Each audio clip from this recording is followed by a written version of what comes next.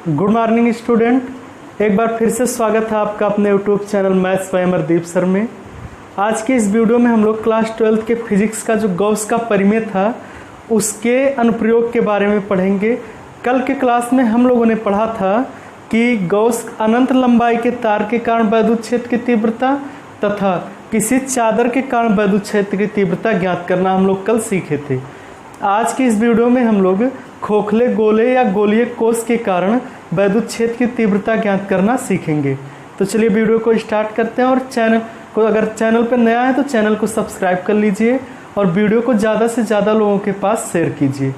आपका जो क्लास होता है डेली 9 बजे होता है, सुबह के समय 9 बजे होगा। तो अगर आप लोग पहले से नहीं जुड़ पाए तो डेली 9 बजे लाइव आएंगे हम, डेली 9 बजे आप लोग तैयार रहिए, ठीक है।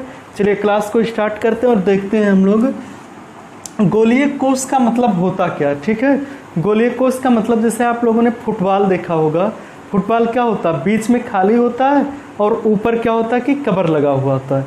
तो उसी तरह से गोलीय कोष वही होता है, ठीक है। तो उसके कारण जो वैद्युत क्षेत्र होता है वो कितना होता है ये ज्ञात करना हम लोग सीखेंगे। तो मान लेते हैं कि ये कोई गोलीय कोष है, ठीक है, ये गोलीय कोष है। इसके कारण वैद्युत क्षेत्र की तीव्रता कितनी होगी ये ज्ञात करना है। सबसे पहले तो ये जानिए वैद्युत क्षेत्र होगा कहाँ कहाँ। पहला तो होगा इसका केंद्र, मान लेते हो O है, पहला होगा इसके अंदर, दूसरा इसके पृष्ठ पर हो सकता है और तीसरा इसके बाहर हो सकता है। वैद्युत क्षेत्र 3 जगह हो सकता है, ठीक है। पहला गोले के अंदर, दूसरा उसके पृष्ठ पर और तीसरा उसके बाहर। एक छोटी सी चीज़ है उसको भी सीखिए आप लोग। पहले बताया गया है वैद्युत आवेश के गुण वाले वीडियो में आपको बताया गया है कि जब किसी आवेशित गोले को हम क्या करेंगे, इसको मतलब अगर हम चार्ज करते हैं, ये खोखला गोला, ठीक है, मान लेते हैं बहुत सारा प्लस इसमें लाके हम छोड़ दिए, इसको चार्ज किए, ठीक है। तो ये चार्ज क्या होगा, सरफेस पे चला आएगा, सब ऊपर इसके पृष्ठ पर चले आएंगे। क्यों आएंगे, क्योंकि प्लस एक दूसरे को प्रतिकर्षित करता है और प्रतिकर्षित करेंगे एक दूसरे को, धक्का देते देते ये लोग उसको सरफेस पे उसके पहुंचा देंगे, यानी कि उसके पृष्ठ पे पहुंचा देंगे।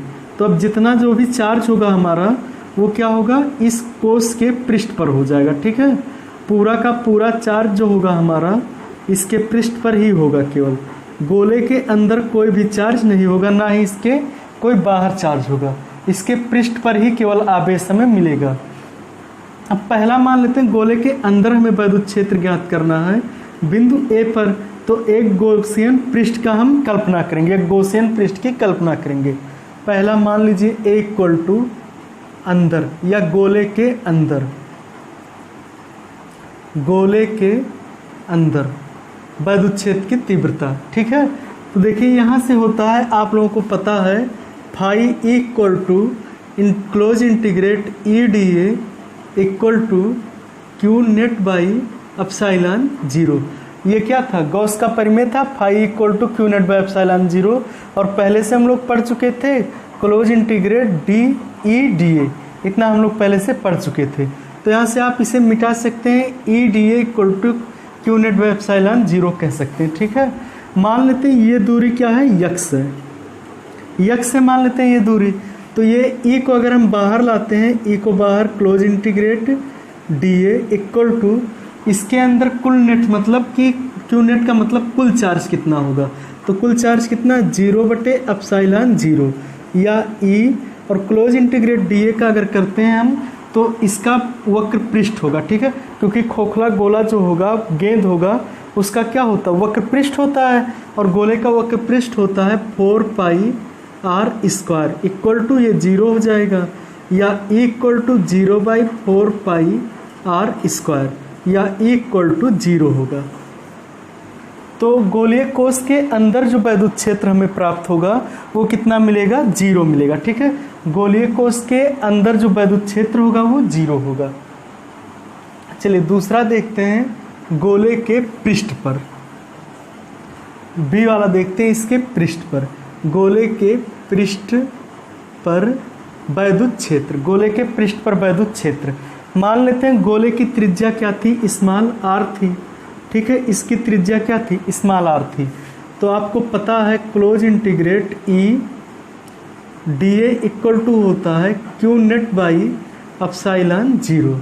यहाँ से ई को बाहर निकाल लेंगे, close integrate D A equal to Q net, मतलब इसके अंदर कुल कितना चार्ज होगा, यहाँ पर पृष्ठ पर कुल कितना चार्ज होगा, गोलीय पृष्ठ यानी कि फुटबॉल के चारों तरफ बाहर से कितना चार्ज होगा उसके पृष्ठ पर।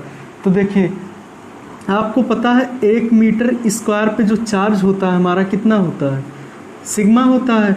1 मीटर स्क्वायर पर चार्ज सिग्मा होता है, और गोले का पूरा पृष्ठ कितना है 4 पाई आर स्क्वायर, तो इस पर चार्ज कितना होगा sigma into 4 pi are square.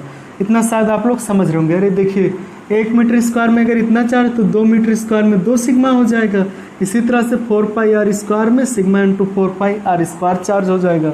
तो यहाँ हम लिख सकते हैं sigma into 4 pi are square by epsilon 0, या इक्वल टू ई, और इसका अगर इंटीग्रेट करते हैं डी ए का, तो इसका पूरा वक्र पृष्ठ, डी ए का मतलब कि मान लेते हैं गेंद था, छोटा सा पृष्ठ लिए थे।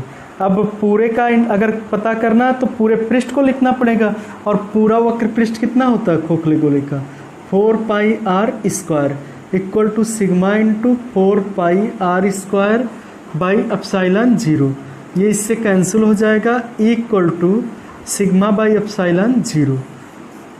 तो गोले के पृष्ठ पर जो हमें वैद्युत क्षेत्र प्राप्त होगा वो मिलेगा सिग्मा बाई एप्सिलॉन 0। इसे नोट कीजिए आप लोग, या तो स्क्रीनशॉट ले सकते हैं, स्क्रीनशॉट ले लीजिए इसका आप लोग। चलिए इसका लास्ट टॉपिक देखते हैं हम लोग, सी, गोले के बाहर किसी बिंदु पर वैद्युत क्षेत्र। तो मान लेते हैं ये दूरी केंद्र से कैपिटल आर दूरी थी, ठीक है, इस दूरी को कैपिटल आर दूरी मान लेते हैं, और इसे ए मान लीजिए जहाँ पहले पता किए थे, ये बी था और ये सी था। तो लिखेंगे सी वाला गोले के बाहर वैद्युत क्षेत्र, ठीक है, गोले के बाहर जो वैद्युत क्षेत्र होगा वो कितना होगा। तो देखिए यहाँ एक गॉसियन पृष्ठ की आप कल्पना कीजिए चारों तरफ उसके, ठीक है। तो आपको पता है close integrate E D A equal to होता है Q net by epsilon 0। E को बाहर निकालते हैं अगर, close integrate D A equal to Q net कितना था, इसके सरफेस पे कुल कितना चार्ज आया था, क्यू नेट कितना आया था 4 pi are square into sigma था। तो इसकी जगह पे हम लिख सकते हैं, पिछली बार देखे थे हम लोग इतना चार्ज आया था, तो 4 pi are square into sigma by epsilon 0, या इक्वल टू इसका अगर हम इंटीग्रेट करते हैं तो ये हो जाएगा 4 पाई, और बाहर वाले गोले की त्रिज्या कितनी है कैपिटल आर, तो capital R square equal to 4 pi are square into sigma by epsilon 0। 4 pi से कैंसिल हो जाएगा, आर स्क्वायर नीचे जाएगा, equal to sigma R square by epsilon 0 R square. तो गोलीय कोश के बाहरी पृष्ठ पर जो वैद्युत क्षेत्र होगा वो होगा sigma R square by epsilon 0 capital R square. तो बस इस आज की इस क्लास में हम लोग इतना ही पढ़ेंगे। आपका पहला चैप्टर जो है वो समाप्त हो गया, ठीक है। कल से हम लोग न्यूमेरिकल करना प्रारंभ करते हैं, कल से हम लोग न्यूमेरिकल करेंगे। तो अगर आप चैनल पर नया हैं तो चैनल को सब्सक्राइब कीजिए और अपने दोस्तों के साथ ज़्यादा से ज़्यादा इस वीडियो को शेयर कीजिए। आपका जो क्लास है डेली मॉर्निंग में 9 बजे होता है।